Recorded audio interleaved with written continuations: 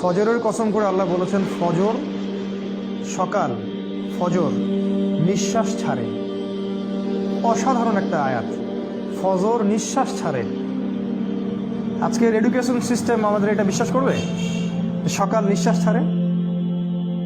কোরআন বলেছে ফজর, ফজরের সময় মালায়েকা চলে আসেন, কেরাত হয় ইমামের, তারা শোনেন, কারা কারা নামাজে আসছেন তারা লিখে রাখেন, আল্লাহর কাছে লিস্টটা নিয়ে যান, নিয়ে গিয়ে দেখান যে ফজরের জামাতে হাজির ছিল। আবার আসরের জামাতে আরেক দল ফেরেশতা আসে, তারা আবার দেখেন আসরের জামাতে কারা কারা আছে, তারা আবার ফজর পর্যন্ত থাকে। কোরআনে সূরা ফজরের মধ্যে শপথ করে বলা হচ্ছে যে ফজর নিঃশ্বাস ছাড়ে। আমাদের এডুকেশন সিস্টেম কি বিশ্বাস করবে কথাটা যে ফজর নিঃশ্বাস ছাড়ে? তারা বল পাগলের প্রলাপ, কি বলে, হয়তো গাল গল্প বলে। এই জন্য আমি বারবার বলি যে this education system is created by